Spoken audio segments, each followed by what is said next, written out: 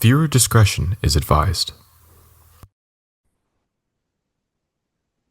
Hello, everybody, and welcome back to another edition of Speed Talk, your home for everything dirt racing. Tonight, we are joined by the number one out of Claremont, Minnesota, Blake Arndt. Blake, welcome to the Speed Talk, man. How you doing? Oh, couldn't be any happier there, guys. It's good to see y'all and Parker to finally meet you for the first time. Appreciate you hopping on to bullshit for a good hour or so. Hey, you know what? For the record, Parker was the first one to swear, so I don't want to catch any shit from anybody that sees this. I was not the first motherfucker. There's been a lot worse said on here, I feel like. That's Yeah, dude, fine, but I was not the first one to cuss we tonight. had So we had Tyler Erb on here. He was pretty raunchy. He was the first one to open it up wide open, I Yeah. think. you know what I was gonna do is obvious. I watched that Turbo one. I was gonna one up that motherfucker by being shirtless in bed. I was gonna be naked in the tub, in the bathtub, taking a bath while doing this. But I just got home not even 15 minutes ago. I said hi to the wife, kissed the babies, and got We the fuck can away. Got away from the crying. we can wait if you want. I mean, if you gotta get it. Well, then that 49 fan question, and a lot more people would be seeing boobies. It's just how it is sometimes. So, Say that Blake, again. you're sitting at your new shop in Claremont. Why don't you? Can you get up and can you give everyone a tour without it going blurry on us? Well, for one, you're asking me to get up, and I mean, I didn't get this body by doing exercising, so I mean, you're stretching the limits here. Who But show everyone who all you got on the wall.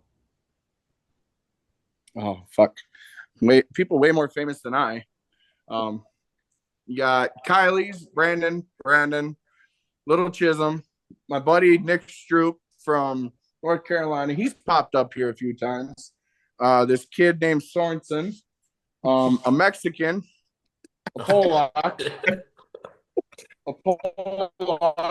a Texan, another Davis one, two Polak doors way up top there. Jason Cummins, some Chisholm kid, AJ Zavorak, there's Z29. Lucas is the legend, Nobles. You got Bleases up there. Probably another Lucas store. And then one half, this one here is one half of SSR out of Brownsville, short shit racing. That's what I call him, Brody Shaw. Another Brandon. Then my good buddy, Block and another Fitty. So, oh shit, and I forgot. Brad Waits just gave me his door. I gotta hang that up, but I don't Awesome. know. You The walked too bank far. is dumb You gotta enough. walk It back gave in. me enough. God damn it! I could fuck up a wet dream. But the bank was dumb enough to give me enough money to build this thing, and I'm gonna fill it. So There you go. now I gotta fix this shit again. So what's the So story behind how did you get Brandon to build you a new car? I've heard that he's not building new cars anymore. So how long did that take you to get him to build you one? 8 years. 8 years. Yeah. Uh well, he started out in Wasika there, in a shock shop that he had doing for a guy.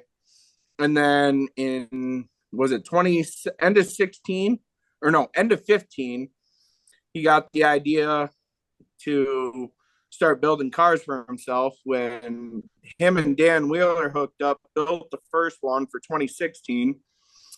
Then he redesigned that. He started building cars out of his shop in 2017. So he didn't race. He raced a little bit in 17, but he was mainly building cars for Alex Hansen and Rick Canada. Well, then that deal fell through where wasn't building cars anymore, and he ended up getting the jig back And I've been pestering him for I don't know how long for a car, but finally last summer he called me, or no, summer of 23 called me. He's like, all right,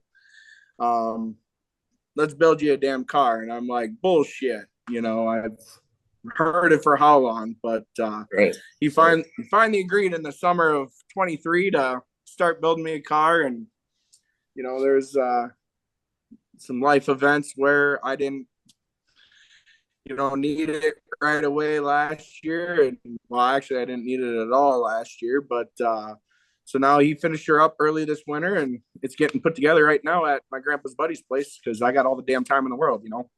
I hear them tri-belts really love those Falcon transmissions. God, anybody want one? I mean, I have a brand fucking new Falcon tranny, and the son of a bitch won't move the X, so I can put the son of a bitch in there. Nope, not doing it. And I'm like, God. Some people say I'm stubborn, but that's some bitch. Him and I, we clash heads sometimes on our stubbornness.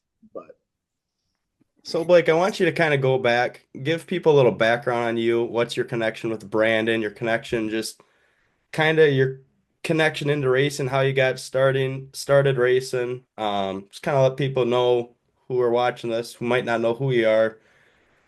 that's okay. Just tell us a little bit about who Blake Arndt is. Oh, I mean, I'm pretty open to tell if we meet in person, but I don't know. I've known Brandon, since we were little tykes, 2-3 years old. When him and his dad and Tammy, they lived in Lansing. My Pollock family, the Wojtaskis, they lived, Elby and Tracy and Grandpa LD, they lived in Lansing too. Well, so obviously Elby and Tracy had Garrett. So, Garrett and I would spend a lot of time together in town when we'd come go fuck around and shit. And, Brandon was there too. And so Brandon was like my first, friend outside of the family. And would go to the races with my mom and dad, would help out Uncle Elby way back when we were younger. And so his race car was always at our place. And I damn near cut his hand off one time.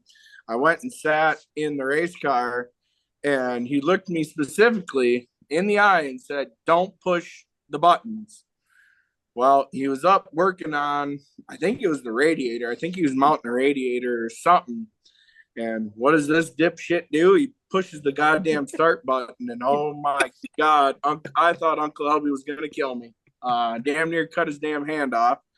So then, yeah, my parents were helping out Uncle Elby for years, and we started go-karting. I want to say it was like 2001 or something like that. And my parents bought me a go-kart. And Brandon started racing at Forest City down there. Jimmy would take him down there on Saturdays. So my folks thought it would be a good idea to put me in one, and started go-karting in 2001. We did that IKF bullshit for a year or two. And then, we all started building tracks around home. The Hales had their track. We had one at our house. Roger Gainson. Dick Smith had one on the hayfield. Yep. Oh, how could we not forget Roger Gainson? Yeah. That's the only place I've been on my lid at. Go lay down. That's the only place I rolled at and ended up on my lid. So I remember that. I remember that place. I remember I took a rock to I didn't wear gloves racing go-karts. I didn't like the feel, and I remember taking a rock to the knuckle and going down the backstretch and just letting go of my go-kart and just veered. What a veered, yeah, they get veered left and in the infield. And I'm sitting screaming. I remember my dad running out, being like, you're fine. And like my hand was fine, but just taking the rock. But I remember that track, and it was a pretty big go-kart track, if I remember. Yeah. It was good size. Yeah, it was. And it wasn't very banked, and it was Flat. Pretty sandy. Yep, it was very sandy. Hell, I remember one time somebody had a radar gun there, and this is when I had a flathead, and we're clicking around there at 53 miles an hour going into the corner. Yeah. I mean, at 10 years old, that's pretty goddamn fast. Yeah. So, but that we quit go-karting when I was 16.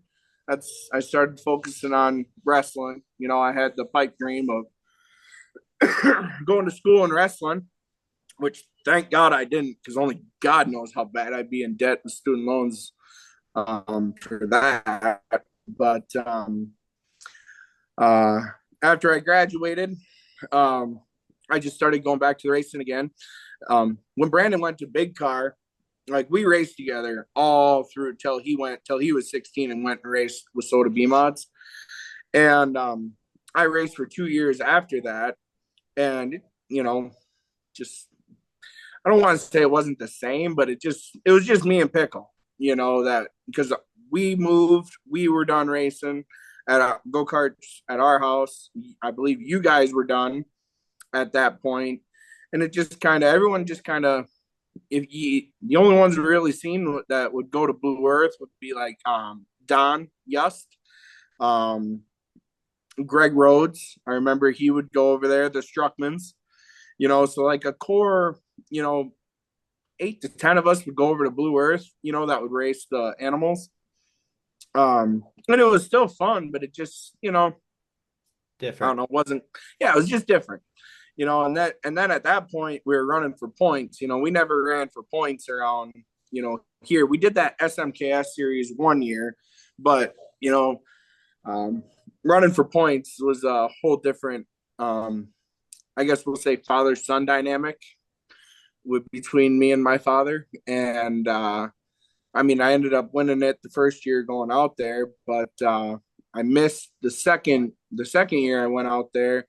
I missed the first week because I was getting ready to go wrestle for Fargo. I was at a wrestling tournament and I missed it. So then after 2008, I quit karting and focused on wrestling. Then after I graduated, my cousin Mike Witaski was starting to run B-Mod, so I'd tag along with him, and then I'd see Brandon and start shooting the shit with him again. And then in 2012, 2012, the last year of the Big Cock, he got pretty serious, and I started tagging along with him when he'd go to Fountain City or just to give him an extra hand and shit. And then that's where him and I reconnected. And I was bumming it, as a college student. I could come and go as I please, so that helped him. But and then I got the bright idea. Actually, Brandon had a shock day at Chateau, and we had to get a bunch of shocks ready to go. And Randy Parmenter, I'm not sure if you guys used to help out Greg Jensen. And Randy Parmenter was asking Brandon, who, he wanted to put somebody in. He had an old J car, and, old boy didn't have, nothing spectacular, but he had an old J car and a motor from Stowe, and he was asking Brandon, like, who he was looking for somebody to put in it. He had a few people in there, and at first Brandon's like, oh, I don't know who the hell would want to run it. And Randy did a little bitching, and then he walked away, and I ribbed Brandon, and I'm like, what the fuck? He's like, what? And I'm like, I'd fucking drive it. Like, let me fucking drive it. So then Brandon went back over to Randy, and he's like, well, hey, why don't you let Blake jump in there? And I ended up jumping in the thing at the shock day at Chateau. And, obviously, old boy's standards were pretty low, because then he let me jump in it for the Jamboree at 2013. I didn't get to make a lap because them goddamn Power Glide transmissions blew up. I got to practice, but in practice blew out the Power Glide. But then I put the needle back in my arm. I wanted to race again. So in 2014, I went to school over at South Central in North Mankato, and I found this pro chassis down by Waterloo, Iowa for $5,000. So I made mama proud, and I took out a student loan for $5,000. Brought home a race car, and mom looked at me like, what the fuck is this? Because Randy let me take the motor out of that car, and he gave me a trailer, and Randy Parmenter got me my start back into racing. And unfortunately, he passed away here 5-6 years ago, and no, that old boy got me my start, and kind of started off in the B mods, wreck shit there. Brandon gave me the idea of going up to A mod, wreck shit there. So, but now that needle's too deep in my arm, and I'm too damn competitive now. And I don't know. Now he felt sorry for me and built me a car. And everybody else that's been in one of his cars have been pretty damn solid. Cummins had it one. Kylie's gotten a lot better in his. My buddy Nick got one. And he came up here and did pretty solid, and we all know what dipshit Davis can do in a race car. So if I can't be the low man on the totem pole, let's put it that way. My goal is to kick Kylie Cass ass every week that I'm on the racetrack with him, so I ain't the worst tri-built. Would you say that you are the secret to Brandon Davis's success? Mike Sorensen made a comment. He's like, quit making that 50 car fast. And I'm like, I don't know how the fuck I would make that kid any faster other than threatening to kick his ass if he doesn't do well, I guess. But I don't know. I mean, I think one thing that's nice for him, and like him and I have talked before, with me being in a race car, I can kind of look and just kind of catch little things like just his regular, not saying Joe and Nick don't do a good job of pointing shit out or anything, but just the little things that, hey, your right front's picking up a little bit, more than what it should on the gas or something like that. I think that, I would like to think that would help him out. And, him and I, we do talk, a lot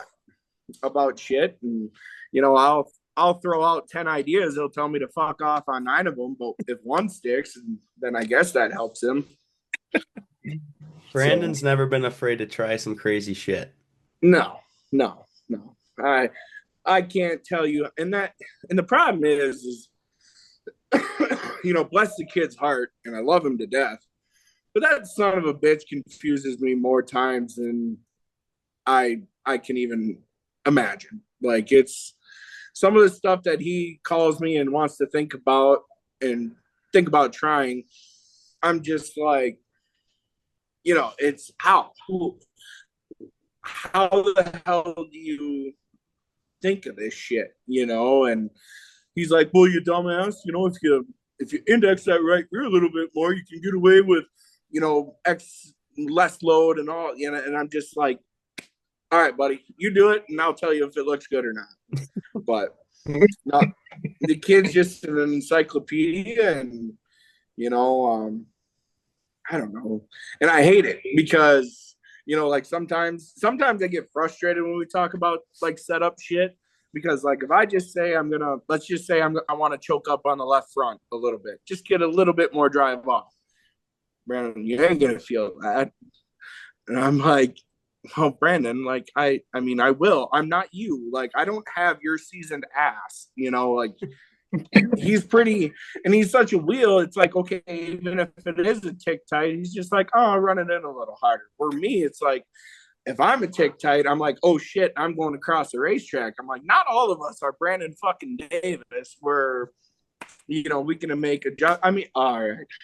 You want a story here that totally pisses me off? Let's hear it. You ready for a story? Yeah, let's hear it. Yep, let's hear it. it was in 2021, and I started in front of Brandon in a heat race, and I stayed ahead of him for like 3 laps. And then all of a sudden, and he started right behind me. And then all of a sudden, 3 laps in, he was gone.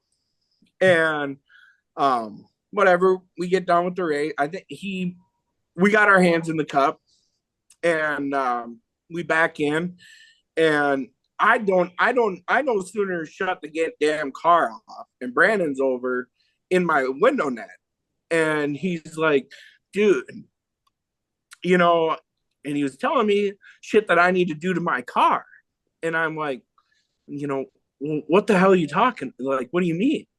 He's like, I watched you for 3 laps, and I could see how everything was underneath the day, how everything was reacting underneath while we were fucking racing. And I looked at him and I'm like, how the hell can you watch my shit when we're racing tight next to 8 other cars? He's like, I don't know. And then proceed to pass you. And then pass me. And then, get his That makes you feel good. He said he watched you. Like, I've seen it. I've seen enough. Bye-bye. Exactly. I'm like, and he's done that shit to Stoa before. I mean, I'm like, God, how can you be that good? And I don't mean to sit here and blow his dice, but I mean the kid is that good to be able to watch what other people's shit are doing, while he's racing himself and still be fast. I mean, it's not like he fucked himself, while he was watching me. He was just right there watching my shit, and then he's like, oh, time to go, and the little shit went. So that story pisses me off because I'll never be that good, but I've still always said I would love to see Brandon be able to spend one full year on the USMTS tour just to see what he could do. To me, you need to do that twice.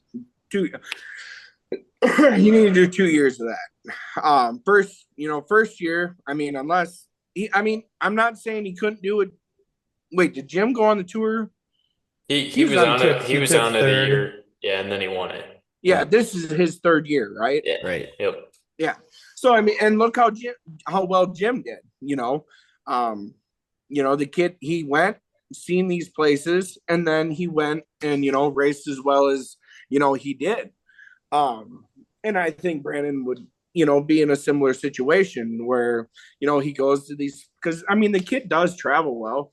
Every time he's gone down to Humboldt for King of America, I don't think he's been outside of the top 5. He did well up at Granite City there. Oh, yeah.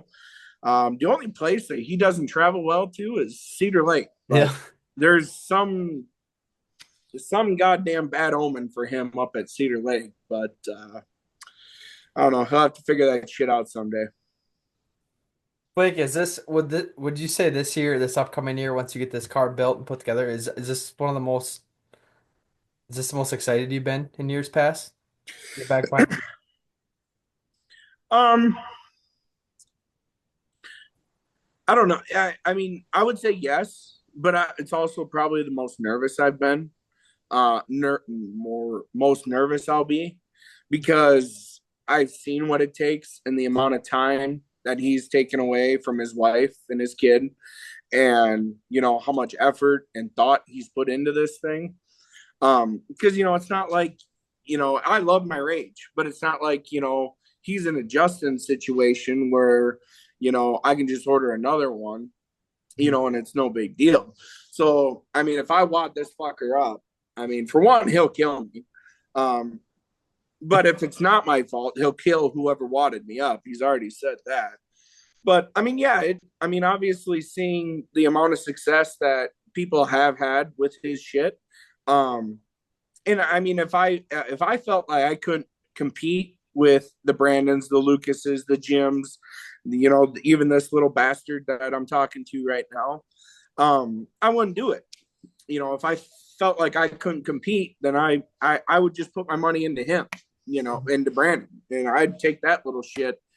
We'd go waste money all over the place. But if I felt that I couldn't do it, I wouldn't. And I think I did the Rage a little bit of a disservice. I thought I was smarter than Justin, and I should have started with his basic stuff, but I wanted to put a fucking lift arm in and do what everybody else was doing. And then finally, Davis smacked me upside the head, and he put me more towards the Rage standard with a sprinkle of Brandon. And,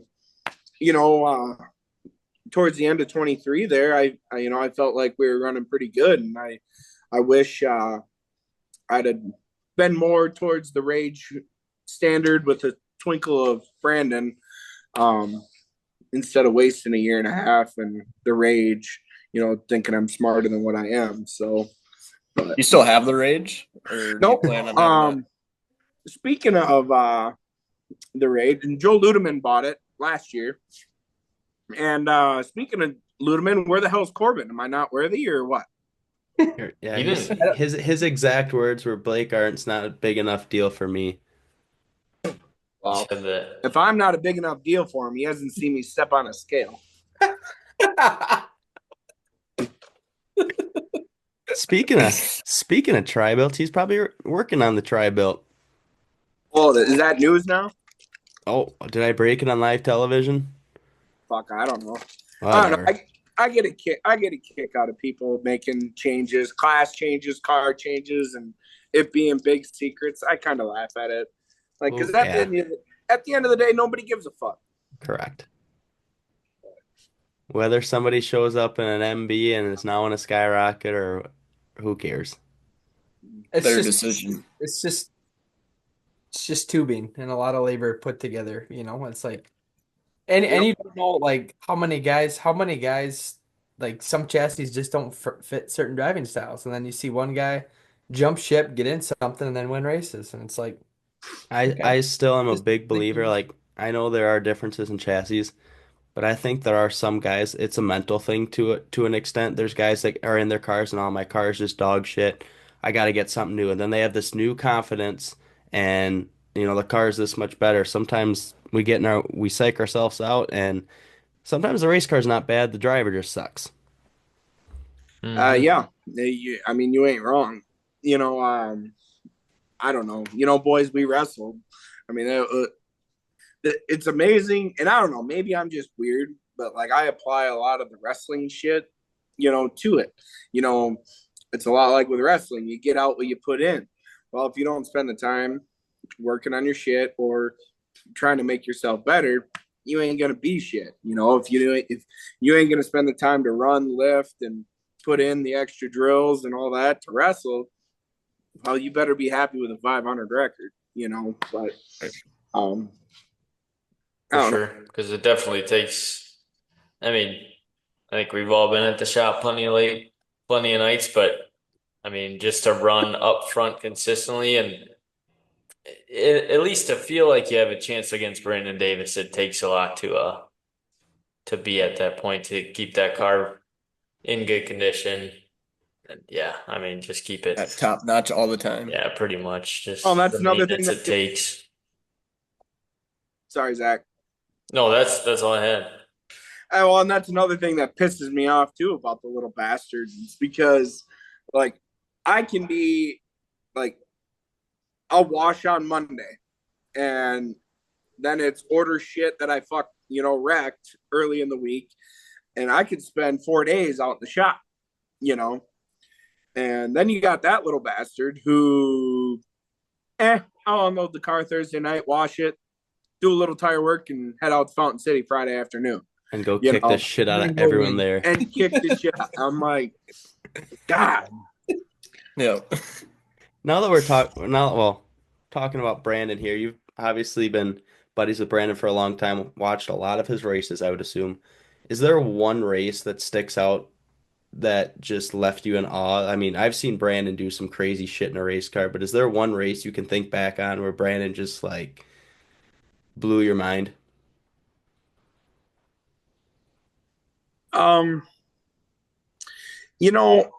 Obviously, I don't know if you're fishing for the 2015 Jamboree, where he drove his ass off.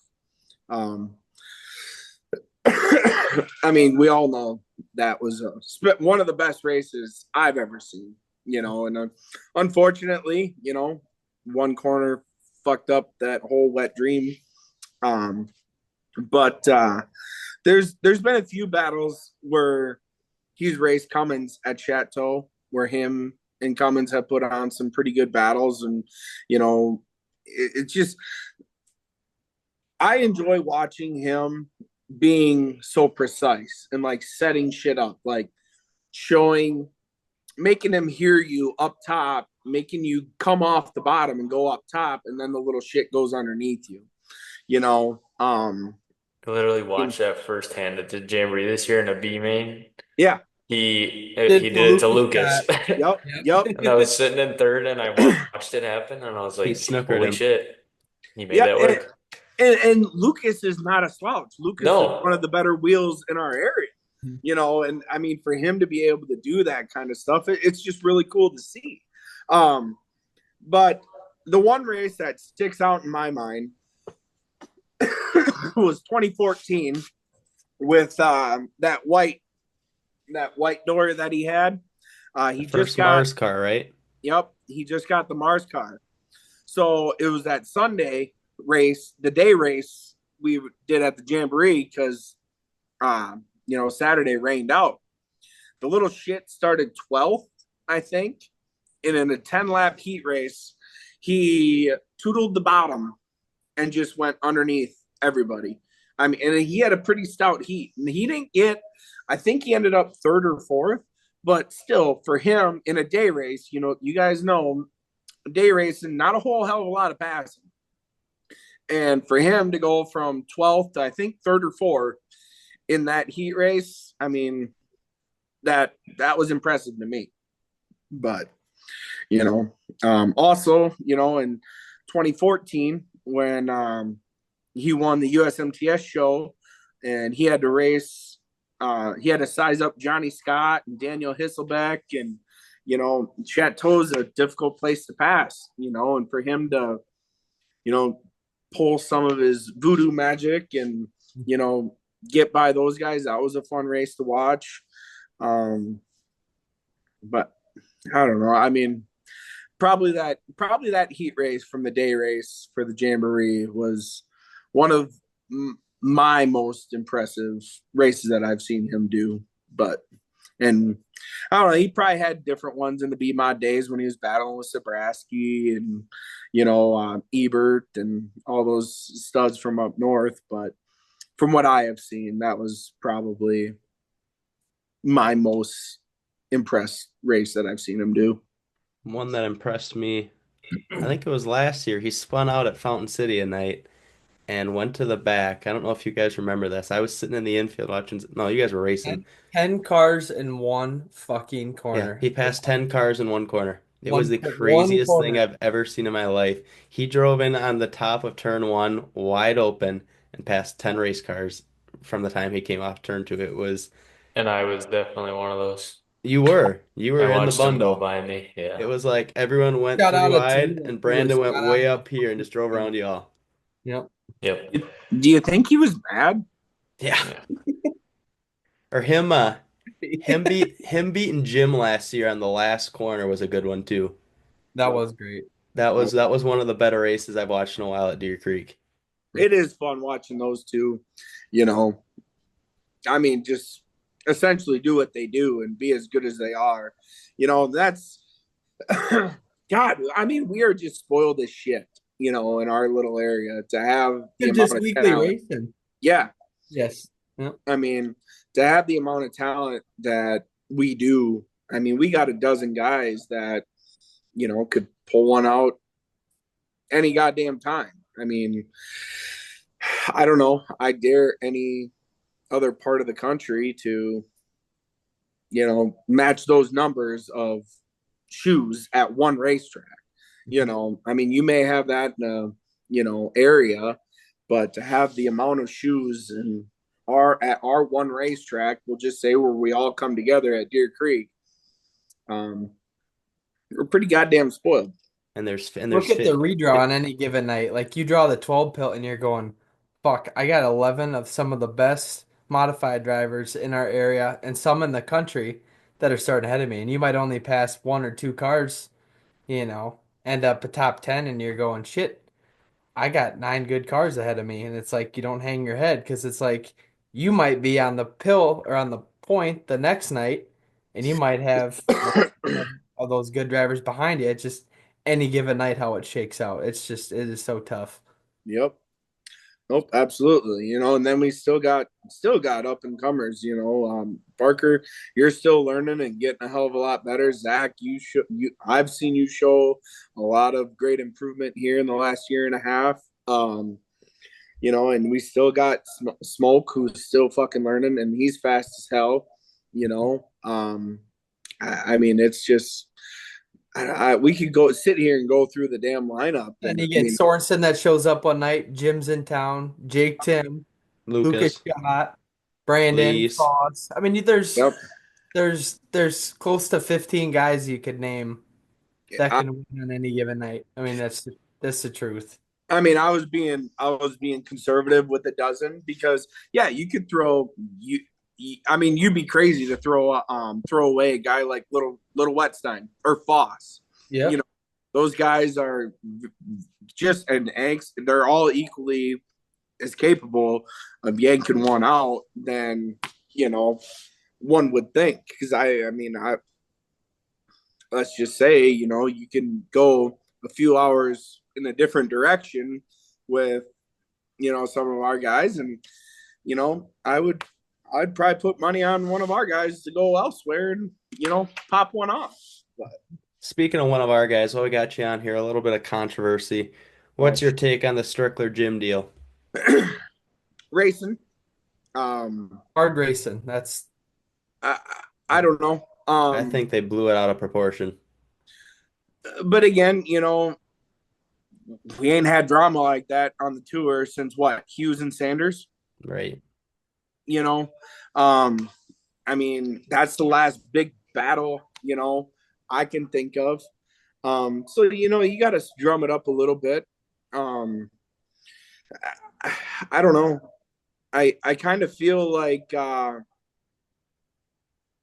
Strickler was right in some aspects, but also Jim was right in saying we're racing hard, for the same real estate. To me, I watched that little clip that they showed. I didn't get to watch the race. I had titties and Albert Lee in my face for my brother's bachelor party that night, so I didn't get to watch it. Sorry, wife. Well, she ain't gonna watch it. But that little clip, to me, it looked like Strickler cut short his exit, to leave a lane on the top and killed Jim's momentum. Well, it looked to me like Jim expected him to go up to the top, and they touched. I mean, that's racing. Yeah, Jim ended up getting a beadlock peeled open, but y'all are racing for a natty. These early races, it's not like Todd's tour is 60-some races anymore. He's only got, 30-some races? All these matter. And, I don't know. It's kind of like, Smoke. I give that kid a lot of shit, for some of them sliders that, he likes to pull. And, I've told him flat out, I'm like, kid, if I will not hit my brakes for you, and this is where I think Strickler was, right in talking about like the respect aspect, of not just running people over for a heat race or whatever. And I've seen, from the little bit that I've seen of Smoke here this year, I would say he's improved on it. But, last year I told him, I'm like, I will not hit the brakes for you. If somebody wants to throw a slider on me, I'm not hitting the brakes. If I dump your ass and you junk your shit, you junk your shit. Don't throw bad sliders or you end up over the wall. Yep. You would know. You would know. God, that was fucking scary, man. Damn. Can you even call that a slider, Jack, or was it just? It wasn't even. I will say, not defending myself because that I came across his nose, But that was not my intention on corner entry. I drove in and I did the classic dirt dueler push. I bottomed out the right front and I shoved the nose and yep, I slid across his bumper. It was not good, but was not expecting that going into turn one, not gonna lie. But okay, my thing is that do you do that repeatedly? No. So then, yeah, I want to see Jackson's reaction. What's that? Do I throw a lot? I said yes. I wanted to see yes. I mean, not really. I'm usually not fast enough to throw sliders on any like I'm usually Except running like opening night last year. yeah, Was I it threw some nice? crazy sliders for about 12th place with Caden Isis just for shits and giggles, but it was sure fun. And then you end up on the same plane down to the Caribbean with him. Oh, this guy's a true fan. I appreciate that. What else am Wow. I gonna do in the semi all day? There's only so much porn I can download. Oh, if only I was kidding. Yeah, actually, I tend to pull Jackson and rewatch Dirt Nights from time to time. Is that not still a great? Oh, It is yeah. such a great You know, show. I don't know. You can throw that up and watch. You watch the whole every Dude, I episode. always go back to episode 7 when they go back to the Jackson Speedway half mile. Like that's for all. My Parker favorite just character loves half character miles. on that whole show is Al Hanna. Hot laps. Oh, we got a good car tonight. Car is awesome. Heat race comes around. Fucking dog shit. Dude, he had terrible luck that year just too. loaded up. He had like a top Oh, my 5. I God. can't remember just at what go track. back and watch that, and it just cracks me up because, like, man, we got a Dude, good hot rod tonight. There's so many Heat things. race, we're junk. I don't know what we can do to this car. Fucking Gus. There's It's Gus's fault that he's chewing Yeah. Gus's ass. and then doesn't he Do you retire or change something? gears? Do you change gears? One of my Oh yeah, that's the night he said he was retiring. Yeah. He forgot to change the gears. one of my I always get a kick out on that show is Mike Spalding. He's like Picking up that talking couch. Oh my God, Jack and I he's always sweet. joke about this. Yeah, he's sweet talking Janet Staley to lend him $500 to get to the next show. It's like, buddy, you're driving around in a brand new big cock with two Mullins engines sitting in this toter. It's like, sell some shit. If you're that hard off, I've had sell a some ham shit. sandwich today. Yeah, I haven't eaten today, and he's just playing the poor me. You're racing USMTS. You can't be that bad off. Two things with that. For one, I don't know why he's hitting on my old lady. Like, I take offense to that. Janet's my woman. And does anybody else remember when they blew out the center axle on the trailer and Yep. his son was trying to take it off with a fucking torque wrench? On the side of the road, they were going. I don't remember what track they were going to.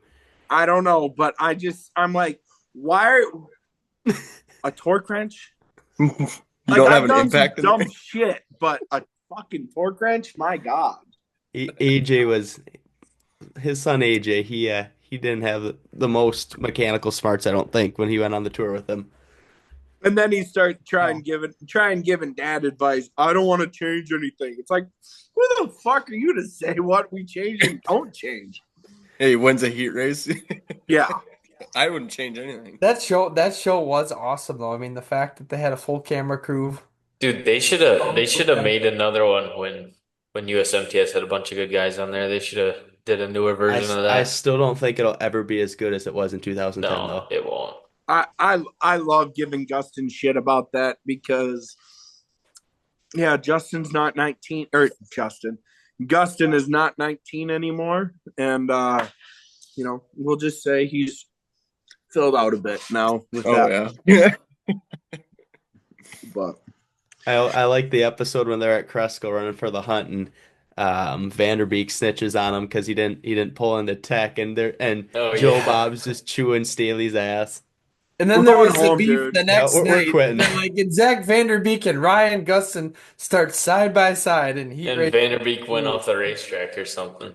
act like they're gonna junk each other's shit. Like, anyone knows Zach Vanderbeek is not gonna go junk your shit. It's one of the nicer guys with the nicer equipment and the pits. Oh, yeah. It's a good laugh to go back and watch for sure. Blake, question for you. Childhood racing idol, who was it? Um, I got modified and I got a late model. My late model was Bloomer, Bloomquist. I don't know why. I just was. The dude was a badass, but like the mysterious side, or his bravado, that it just kind of pulled me towards him, and he was just a complete badass. I remember one night when the Go for 50 was at Owatonna. He didn't have a very good night, and the car was up on the lift, and he was standing underneath it, and I I just we were walking up. Me and my old man were walking up with Pickle, and I'm like, God, I won't get to sit in it, because it's up there. And Scott turned around and he looked at me. He's like, you want to sit in it? And he brought the fucking car down off the lift, and he let me fucking sit in the car. And that's one thing I'll never forget about Brad or Scott. And I think he kind of.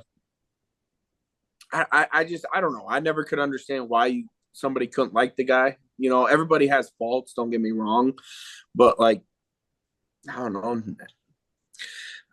The guy's just a winner, and and on top of it, I would say my driving styles simulated his, because you won't find me running the top for shit. So, but then modifieds, it was Ron Jones. I don't know if I'm showing my age here, but it was Ron Jones. I enjoyed watching whenever Ron would come down, him and his goddamn mullet that he would have and his porn stash. And he was always nice as can be. I mean, granted, I don't know. Again, I might be showing my age here, but back when I was a kid, we'd have DirecTV and these access cards to get like pay-per-view shit and whatnot. Well, so Ron would, wipe these access cards for us to, so we can keep watching free shit. So we got to know Ron a little bit, but, he was always one that I enjoyed watching.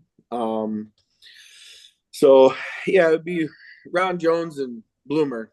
Obviously, I had my uncles, Kenny and LB and Big Pete. I love watching them, but can't be a homer. And Ron Jones was my outside of family I favorite. remember my dad telling me, I don't know if you'd have been around for this. I don't remember how long ago this was or what the exact story was, but Ron Jones showed up to Deer Creek one night with a brand new spec motor, big power, back when everyone was still building their own stuff. And um, Dad took second to Ron Jones, I want to say, and he said they had a caution.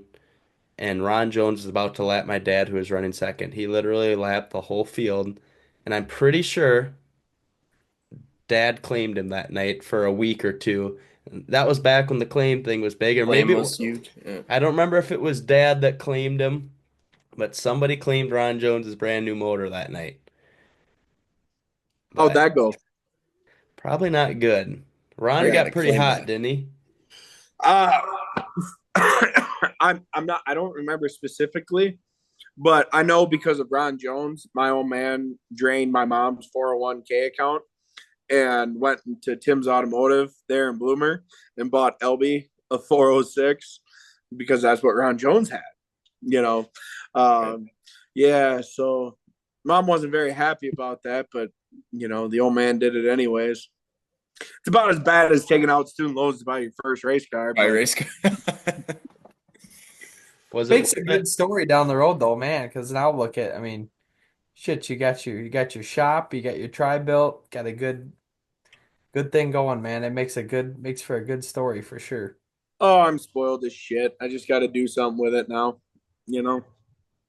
But we'll see. We'll see how shit shakes. We got some stuff to take care of here on the business end with the semi, and got to get caught back up with that. Spent a lot of money here recently on that, and that thing's got to go before this rig leaves out of here to go racing. So, but I kind of got a comfort zone where I'm at with the trucking before I start thinking I'm rich again, and a little below that right now. So I got to pad that bank account a little bit before we start hitting racing, and need the kids to get a little older.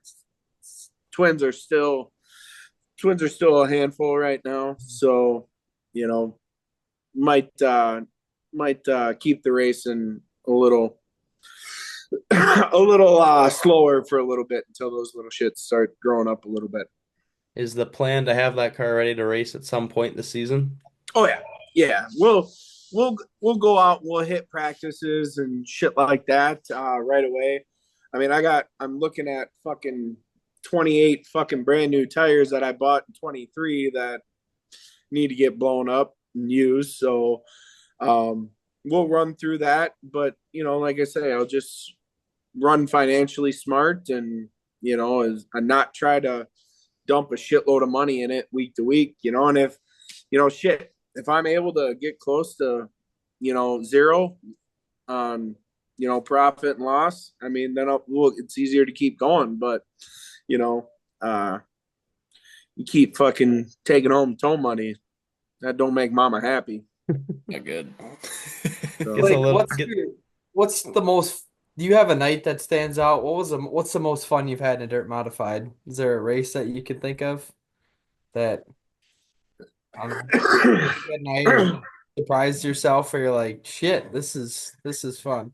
Didn't you lead for a race for a while at Deer Creek in the modified? You and Stoa had a good race, I remember. yeah, that was in a heat race, but I've led a couple laps in a feature, at Deer Creek, but again, I'm just gonna quite frankly say I just got to get better driving IQ wise. Like I've been, especially in those situations where I have an open track, I'm used to like going where other people aren't, but when I got an open track, I'm kind of like shitting my pants a little bit, like, oh fuck, hey, all right, shit. And then you start scanning for moisture and shit like that, and then I tend to get myself caught up in my head a little bit, and then fuck up once or twice, and then maybe somebody gets by, and then I get pissed, and then I fuck up again, and but I just mainly need more laps. But one of my fondest memories, it was actually in the B mod, because this was a night that it started out as dog shit. It was 2016, and I drew in the back of the heat race, and I think we were the first class out, so you can imagine how well that went. Got in through the B main, and I started 22nd, and Jim Chisholm pissed me off in the B main because the little shit stuffed me in the backstretch wall, and I'm like, well, I'm going to teach this little curly-headed fuck a lesson, and I was going to go rip his goddamn quarter panel off. Well, he started on the inside, and I went by him right away, and then I kept going, and I kept plucking cars off, and next thing you know, I passed Cole Queensland, and we kept having yellows too. Like, it was a perfect race, like I'd pick a few off, we'd get a yellow, pick a few off, get a yellow, and then I start chopping on the bottom, and we had a yellow with 5 to go, and I was in third, and I think it was Kylie. He picked the top, and I got by him underneath on the bottom, and another yellow came out with a green, white checkered. And I'm looking up 2 to go, and I'm like, holy shit, I'm up to second. I got a chance at this. Green flags drop, and I drive into one like a little bitch. I fucking turtled it. I didn't want to spin out. And then Brandon Hare nipped me. I got within a car length of Hare because he was hammering the top like he usually does, and I got within a car length, but I feel like that was one that slipped away. But I mean, it was still passing 20 cars. A lot of fun too. Yeah, Yeah. passing on the cars. Was And that your then Shaw car? that was my shot car. I remember that night, I think. Yep, the black and pink one. Yeah. Big pointy nose. Yes. Yeah. Yep, that was a Brandon body. And then so I have that run, and then the next weekend I fucking wadded up in turn 3. It's typically how it goes. Yeah. And then in I think it was 2019, started on the pin at Chateau, led the first fucking 15, 16 laps. And like my mom's got this on video and she's just going ape shit. And it was Chateau, 1 lane on the bottom. All I had to do was stay on the bottom, right?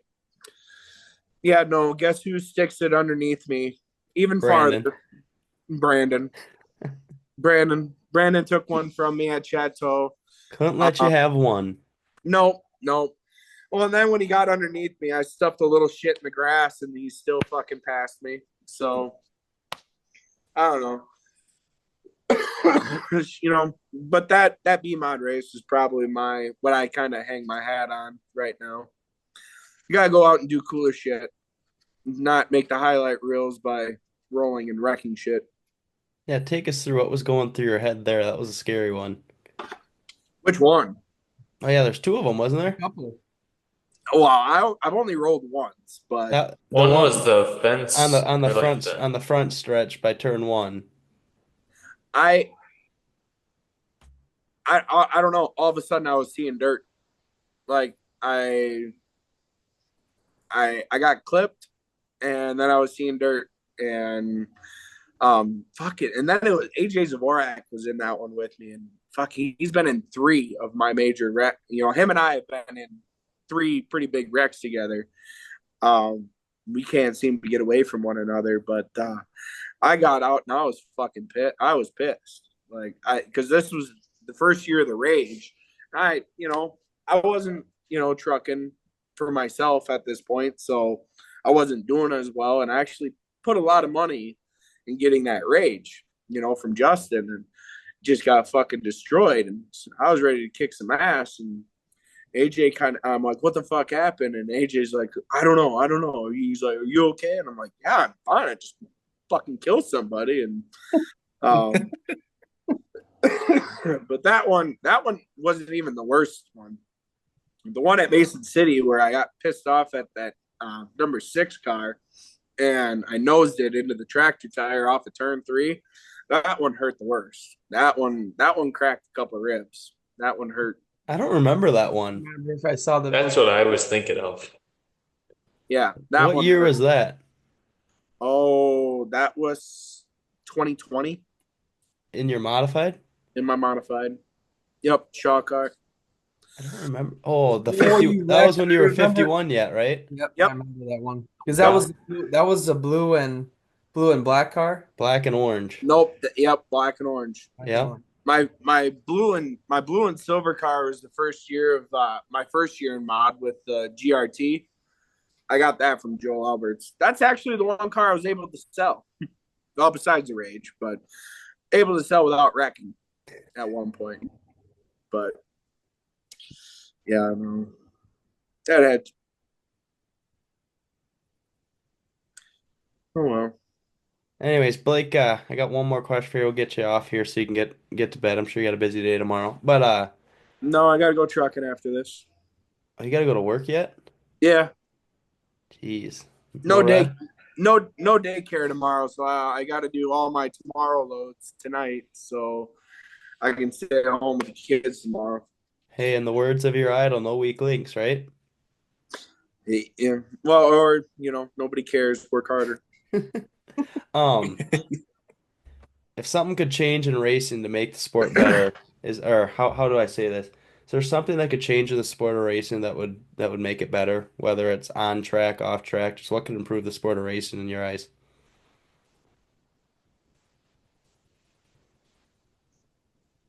Fucking A, Jack. I haven't had it. You've given me layups all night. Now you got to hit me with the fastball. Gotta give you something. Gotta Damn make you! You gave him the easy ones.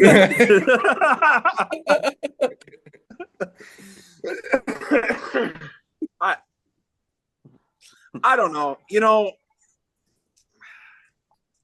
Less bitching. I mean, really. And if you got a problem with somebody, go talk to them about it. I mean, actually, Little Epstein and I were talking here not too long ago, about people getting soft. And I'm not a big hard ass. I'm not Mr. King Dick or anything, but if I got a problem with somebody, I feel like I should be able to go over there and be like, okay, what'd you rip my right rear quarter panel off for? Did I piss you off earlier? I mean, if it happens repeatedly, I guess I should say, because we're gonna rip quarter panels off, and it's probably not gonna be on purpose. But if you make, I've just seen a few times where you touch a guy, you scuff up that wrap, and people are just fucking got their hands in the air, like, oh, what do you hit me for? It's like, at the end of the day, we're fucking racing. We're gonna touch. A lot like with the Strickler and Jim situation. We're racing. We're gonna touch. But then if people don't want to sit there and talk about it and hash shit out, or go on social media and throw shade at people, I kind of think that's a bit of a chicken shit move, in my opinion. I agree. But I don't know, it'd just be nice if less bitching and more appreciation, I guess. I mean, there's I've gotten,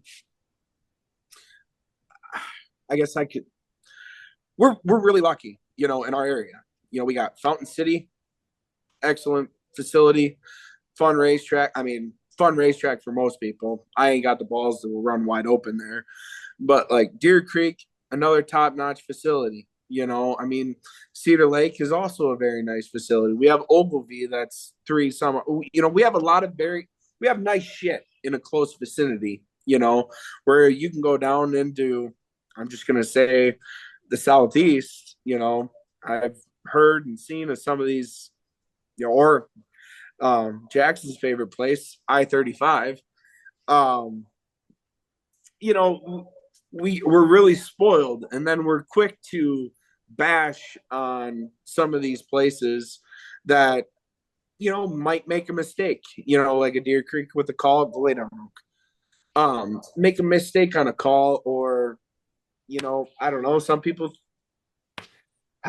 just the way shit is run, but I guess my kind of thing too, more appreciation, less bitching.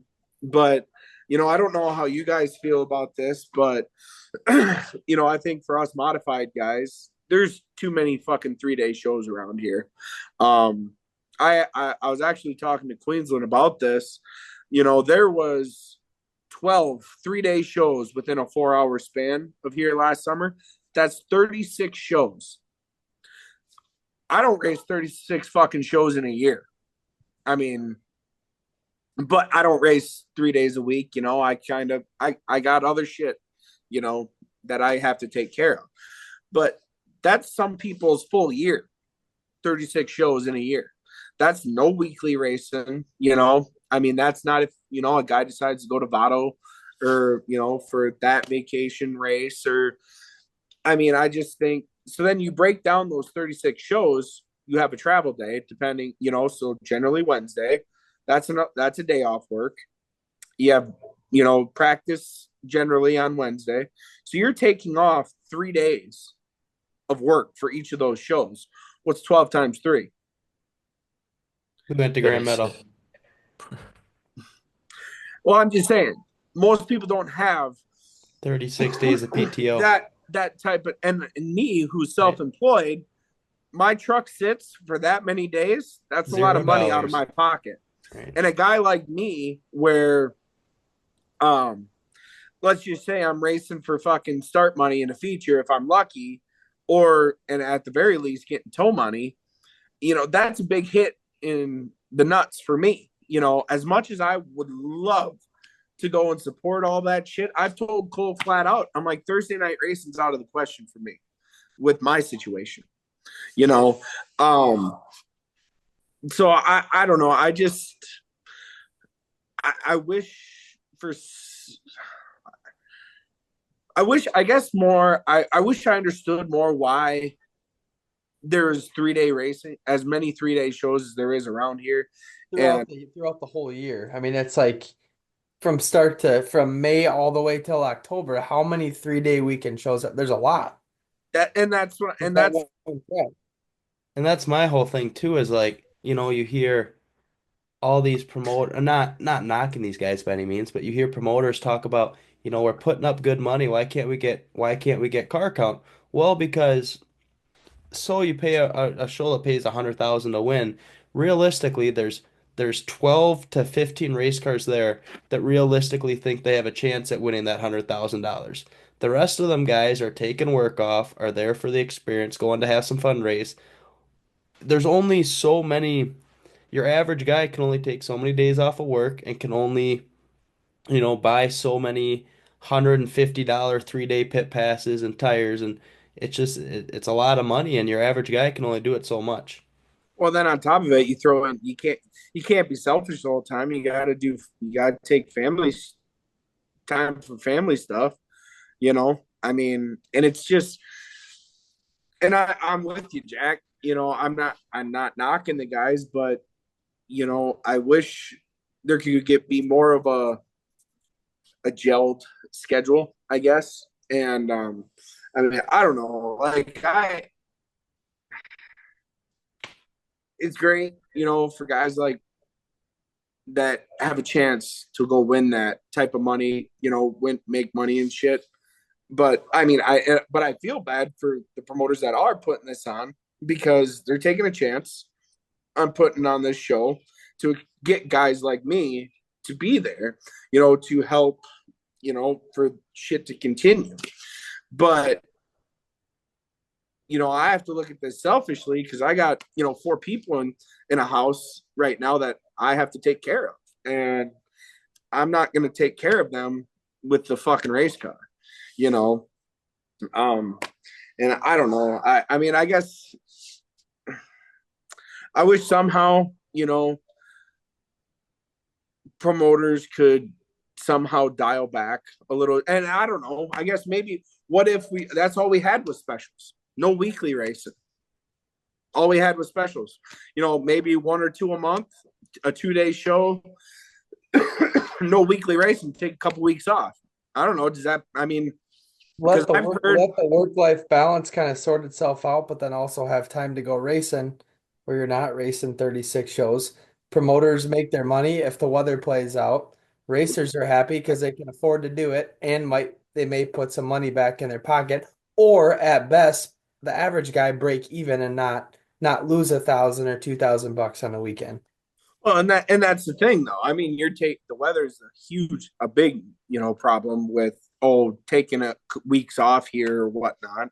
But I mean, so I don't think guys will, tracks will ever do that. But I'm just saying, I hear there's no money to be made in weekly racing, So I'm thinking, and for a while I heard there's no money to be made on the Thursday night shows. So I'm sitting here thinking, now that I, own a semi, if I'm losing money, why the fuck am I doing it? Right. But I mean, I don't know, maybe the rest of them specials are just complete bangers where they, balance themselves out. But I mean, I don't have the answers. I wouldn't want to be in a position to come up with those answers. But I guess if there's one thing I would wish is, less 3-day shows, I don't know, because specials around here don't feel like specials anymore, It feels kind of normal. Right. I remember the feeling when I first started racing, when the Fall Jamboree came around, and the World Show, not only because I got completely fucking hammered at those shows, but like they they just had different aura. You know, it was just a big, event. And I mean, I don't think having a fucking Dylan Scott concert at the Go for 50 is the answer to it, because then you get a bunch of fucking yuppies in here being idiots and shit. But I don't know. I wish I had the answers, but like I don't know. What do you guys think about this Northern Lights schedule? I think it's a somewhat friendly schedule, and that wouldn't really burn you out. That I think can be cool I think our plan is to kind of stick to that for the most part, or at least I think that's what my dad really wants to do. And I think you're going to race at a good chunk of racetracks, at least 7, 8 different racetracks. Obviously, there's a lot at Fountain City and stuff like that, but the schedule is pretty friendly. I mean, you're going like Decorah, Cresco one weekend, and then like Mason and Webster, and then you get 3 days at Fountain City. And I just think it's a friendly schedule that be a cool little tour to stick to and run for points, and then also not kill you on just burning you out in general, like a tour and points racing can do. So But Zach, let me ask you this here. I've talked about this a little bit with Parker Hale. Now let me. Uh, there's 3 day shows there, right? You got the two at Fountain City, and you got the Go for 50, right? yeah, So that's 6 days off of work. No, I'm not saying about changing, this year's schedule, because obviously I don't have that type of power. But I've talked with a few other guys. What if instead of having those 3 day shows where you take 6 days off of work throughout the summer, you took 1 week, you started racing Tuesday, Wednesday, Thursday, Friday, and Saturday. Do 5 days in a row. And you can even do a Friday, Saturday show at the same track, do a little mini Dakota Mod Tour, and only take 4 days off of work, and bang, bang, bang. see, what's tough for me is like with the facilities we do have in our backyard, I can go to work and I can go race and I can come back. I mean, if we go to Deer Creek or Fountain City, I don't have to take a day off of work. I can be tired as shit the next day.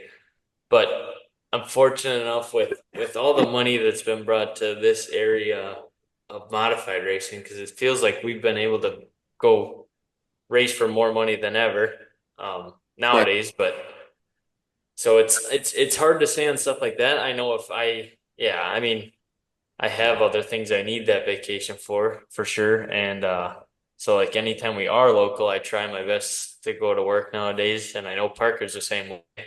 But um yeah, I mean I get what you're saying on the 3 day shows, because I think it's definitely taken away from local racing, and I think it's makes it a tad bit tougher to maybe run for national points, just because so much is focused on the big shows and all the money shows and less on some of the local stuff.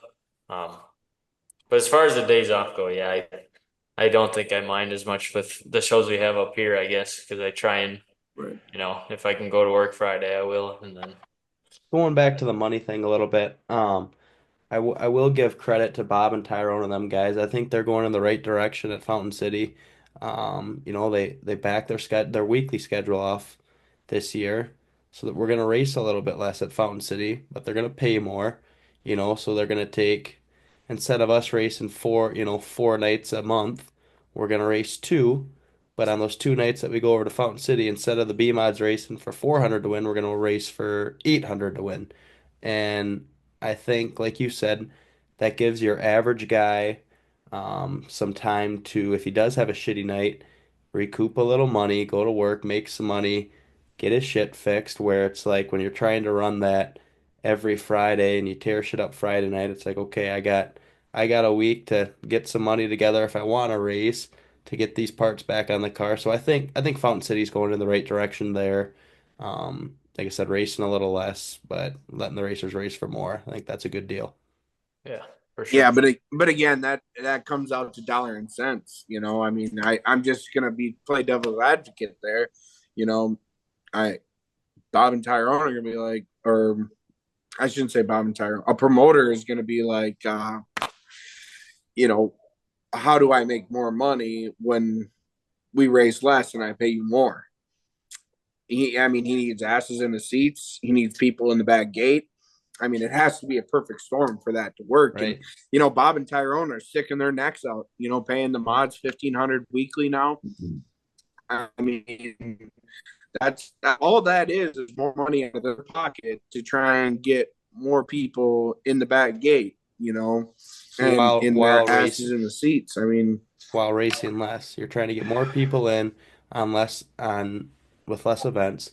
But I also think, like hearing Bob and Tyrone talk about that, I think their idea is, crowds have been down for a while now, and it's hard for even the guy that's coming and wants to sit in the stands and drink beer and every Friday night. It's hard for your guy that's making $20 an hour to go buy a $25 admission fee and go drink beer every Friday night and spend 50, 60, $80. Like your average guy, especially in this economy, in the economy we've had these last 4 years or whatever. It's hard for your average guy to have that extra 100, $200 to go to. Obama. Yeah, right. But no, I think their thought process is if we can race a little less, hopefully, the fans can do some more stuff with their families and whatnot on the nights we're not racing. And then when we do race, hopefully we get some more support. I think that's kind of their thought process. And hopefully, like you said, hopefully it works out for them. They're sticking their necks out. They're paying a lot of money. Like I said, this is at Mississippi Thunder Speedway, so yeah, get out and support them guys. But yeah, I think it's a good deal. But anyways, it's 10:30, man. Another race that. Oh, go ahead. Shut up! Shut the fuck up! You can keep talking. I'm just trying to be courteous. You talk all you want. One more fucking race that we need to show up and show out for is July. I think it's 17th. At Casson. You motherfuckers need to come and bring fucking race cars. Casson Fairways? Yeah. I will be there. I need fucking redemption. I think Little Wetstein, he's actually going to be the one, promoting that one, I guess. So he told me if I don't spread the word and help him get more people there, he's going to junk my shit. So I need y'all to show up so I don't sit without a race car for another 8 years. July 17th, Dodge County Speedway, Casson, Minnesota. The next week after that, put this one on your radar too, Blake. I think it's July 29th or 22nd. I'll make sure and check. But Jackson Motorplex, Jackson, Minnesota, USRA races. No shit. USRA modified part? Every class. Really? No shit. Yeah. Oh, wow. It hasn't really come out to the public yet, but that's definitely in the works. That'd be a cool one to go race at. I'm sorry. That's a show where if I was Trenton Berry, I'd be trying to do a Northern Lights show at. Yep. I mean, I don't know. I would like to see Trenton take the Northern Lights to the Crescos, Decoras, West Unions, Jacksons, places we don't always get to race at, for me. So, and I mean, Cedar Lake would be another cool one. I've watched. I mean, yeah, I guess.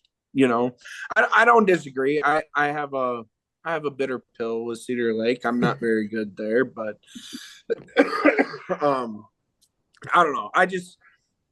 I would like to go places that we don't normally go to, and I mean, I don't know. I think if it to me, it's kind of like if you go to those places that don't normally have modifieds, like Decorah, West Union, Cresco, Jackson. I mean, I think you're going to get asses in the seats because I don't think it'll be even if it was during the week, because look what happened with the Harris Clash at Deer Creek. That first year they had it there, that place was fucking packed. And I mean, if it's something new, and different, and that's another, reason why, I would like to talk to Trenton at some point to throw this out at him to do that little mini Dakota mod tour, because it's something different other than 3-day shows, but I don't know. I think that's going to be badass. Parker, you're going to have to remind me of that and come July. Yeah, once it comes out, I'll share it up and see what, because I know the guy that's going to help promote it in Jackson. So it's not, it's not Zach, but it's another guy that used to run Jackson or helps out there. But that'll be the first fendered race in probably 3 years, and that's 5 minutes from the shop. So it'll be pretty fun to see.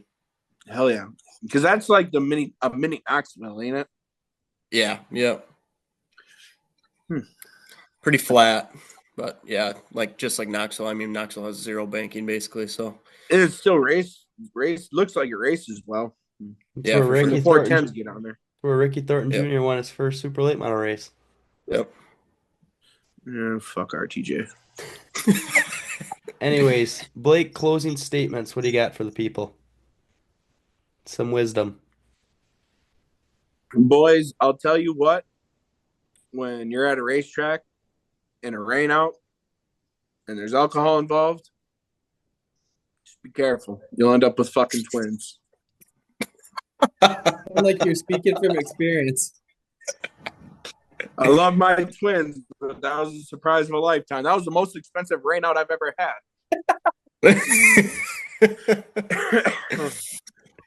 Well, we will end her with that. This is Speed Talk episode 14 with Blake Arndt. Blake, thanks for joining us tonight, man. Everyone, thanks for watching. Give it a like, subscribe. Go give shit, I don't even know if Blake has a race page. If he does, go give him a follow on Facebook or something, and that's all right. He don't need it. Nope, that's right. Don't need it. Just come say hi to him at the track. You can't. Yeah, come say hi at the track. He's a big friendly teddy bear. He's just a big friendly teddy bear. Yeah, we'll go with that. Yeah. Perfect. Thanks for watching. Thanks for joining us, buddy. Please like and subscribe. Thank you.